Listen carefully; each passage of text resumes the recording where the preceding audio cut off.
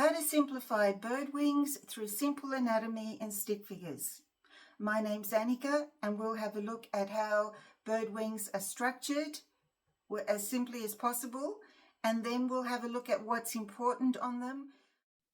And then we'll put it all together by taking one of my old paintings and transforming it into a new one. Now I need to tell you also, I learned from books.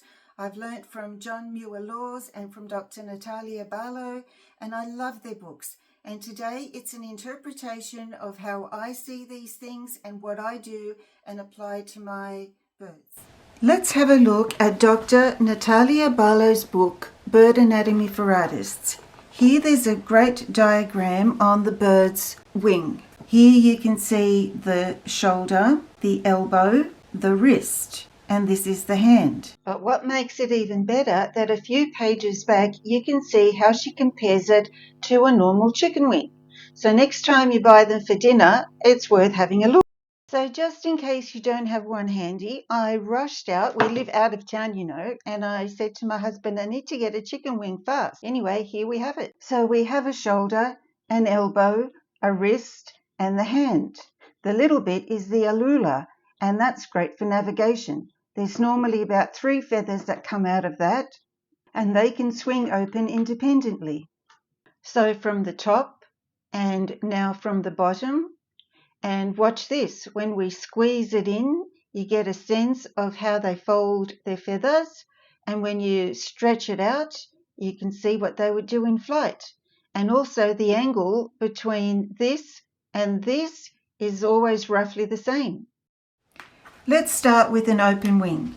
So I'm going to put in here the body of a bird, just not completely do it up on this side, just dot it in. And then we have our spine and our pelvis and our shoulder area. So now we'll give this bird an open wing. We'll have the shoulder, the elbow and the wrist, and we'll join these up as that's the forearm area. And then we have the hand, which has some fleshy stuff on the top, and then our thumb. See, it looks like a hand, an arm, a wing. Okay, the most important thing here to remember first of all is the Z. And then this is the wrist, and the wrist is important because it separates the primary feathers from the secondary feathers. This is also the part that you see on a bird with a closed wing, the bit that looks like a shoulder. So let's put a line through the middle of this, a little bit parallel to that, but not completely. So let's just do that. Okay, here we're going to have the primaries and here the secondaries. The primaries will start on the tip of the hand. The second one, the first 4 are the longest. The first one is there, and then the second one is longer, and the third one is longer, and the fourth one is the longest, and then they get shorter again. So this one will come out like that. They stem from the bone, so we're giving them their veins. They have other names, but anyway, 1, 2, 3, and the fourth one, and then 5, 6, 7, 8, 9. Generally, perching birds will have about 9, sometimes 10. I think I'll just rub this line out here. For the secondary feathers, they will be between the wrist and the elbow. So this area in here. And there's roughly, well, there is 9 feathers in there. So let's go 1, 2, 3, 4, 5, 6, 7, 8, 9. Just made it. Okay, and the thing is here that the last 3 of the secondary feathers are actually the tertial feathers. So that means that the first one up here is like this, that they're the most prominent. So they'll look like that, and then all of these are underneath. So how many do we have? 1, 2, 3, 4, 5, 6, 7, 8, 9. And then with our primary feathers, these 4 that are the longest, apart from the first one, also have a slightly different shape. As they approach the end of the feather, they narrow. So let's give this feather here, it's basically a normal shape. And then this one, they have an imagination, so they will go like this. That one comes in and then down and like that, and then the next one will follow this line, and then the next one like that, and then these ones are all now shorter again. This is the longest feather. This is the one that you will see as the longest feather on the wing of a bird. And they stack together, and when these stack on top of each other, you end up seeing this little diagonal line. And when the back ones stack together, they move in together, there, and then these ones just all sit on top of each other in a little rectangle type thing. So now we can do that. Now we also have the coverts, which cover the secondary feathers, also in line with the bone. And then we have the primary coverts. And then we also have the median coverts, which are smaller again on the secondary feathers. The primary feathers have the alula feathers, which can be placed right here on top, but can also stick out, and they're used for navigation. Now, here's the interesting part. As we've discussed, all these feathers, so if this is our topmost feather, all of these sit underneath it, like that, and the secondary coverts also do the same thing. They follow the same pattern. But then, just to keep us on our toes, the median coverts go in the other direction. Wouldn't you know it? And then up here we have the lesser coverts, which are just little feathers in there. And then we have our scapulars, which come over the shoulder area. And to me, they look a bit like a shawl because we have our back, just nice soft feathers, and these ones here. And then we have our primary and secondary feathers. And I'm just going to outline these as well. So like this, we have our, see that edge with the narrowing? And then we have our regular primary feathers. And then we have our coverts, which again follow the normal pattern. So the first one goes on first. Now, if we were to have a look at this as a closed feather, we would have our body. But now we need to squeeze the bones in. So the shoulder is up here and the elbow as tight as it can fit in there, and then the wrist. So let's join these bones up, and then the hand, and let's put the body out here.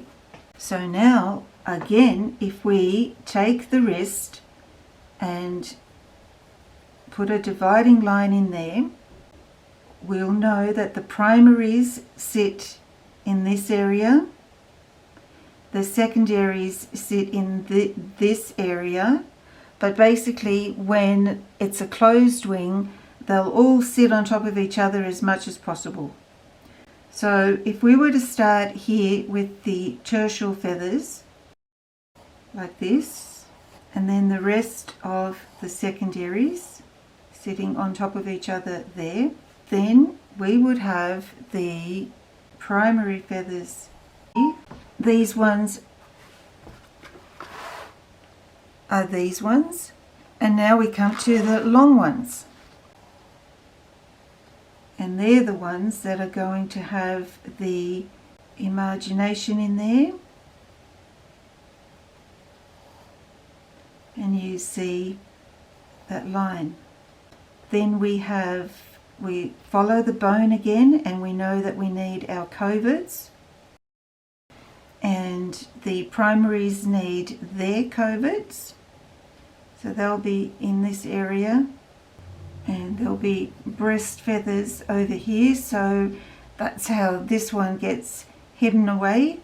You actually see, if you look very carefully, you can see a slight shadow as to where the bones fold, and obviously because they have some volume, there'll be a little bit of shadow in there.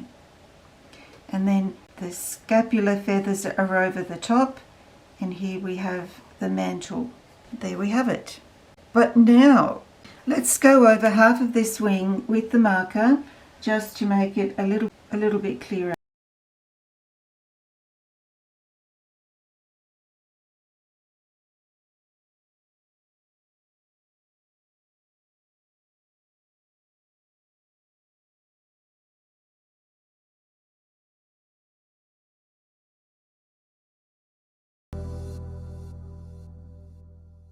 Now, back in the day, I used to draw every feather, but now the less I do, the happier I am.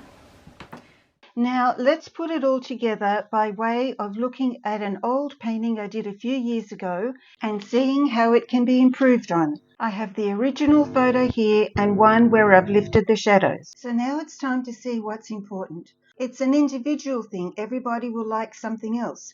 Shadows and highlights are important to me, and the form of the body, and suggesting some of the main parts of the feathers. So I ask myself, what do I like? I really like that shadow underneath the tertial wing, the bottom one, and the little shadow on the other side, and then the big shadow closest to us, that diamond shape. I also like the primary coverts in there, and the little triangle that's created between the alulas and the primary coverts. I also don't want to miss out on the shadow underneath the main tail feather. Now it's time to transform the old painting and hopefully make it better. I'm sorry the camera missed the spray bottle, but I've sprayed it with water because I'd like to scrub out some bits and make way for some new bits. I allowed this water to soak in and then scrubbed or softened the side feathers as they were too messy with too many details and not the right ones. Then I softened the right hand side where the light was hitting the bird, and then proceeded to the back of the head, the nape, and then down the upper back, which is the mantle. Also the line between, the white line between the back and the head is softened as well. He's a baby magpie and he's looking softer already. He's waiting for his supper, waiting for his mum. What I'm going to do is spritz my painting again because I want it to be damp. I like the shadow underneath the tertial feathers, the bottom feather. So I'm going to use some Mars Black, because that's what I used in this one. To paint those lovely dark triangles under the tertials, I am painting on damp paper, so I've picked up some really creamy paint with my angled brush. My goal here is to add some definition to the tertial feathers and make it look softer and fuller and have more light and shade. I've picked up a size 6 round brush, washed it in water, tapped it to dry, and am able to blend out the darks. I like the shadow cast by the third tertial feather, and I'm doing the same procedure.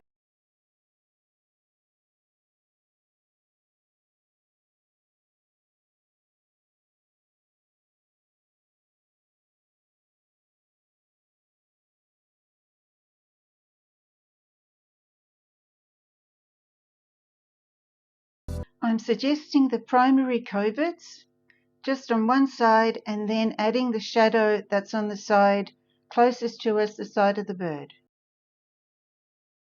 Now that nice little triangle between the primary coverts and the alula feathers.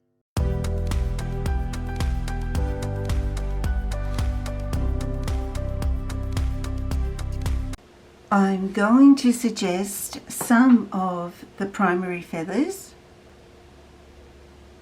with this blending out now, because the very tip is the lightest part.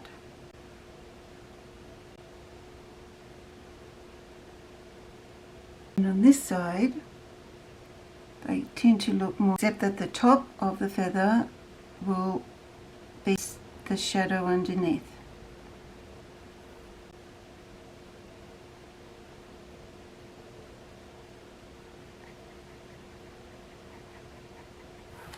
I can even see some imagination, but I'm only going to suggest it, so it'll be here,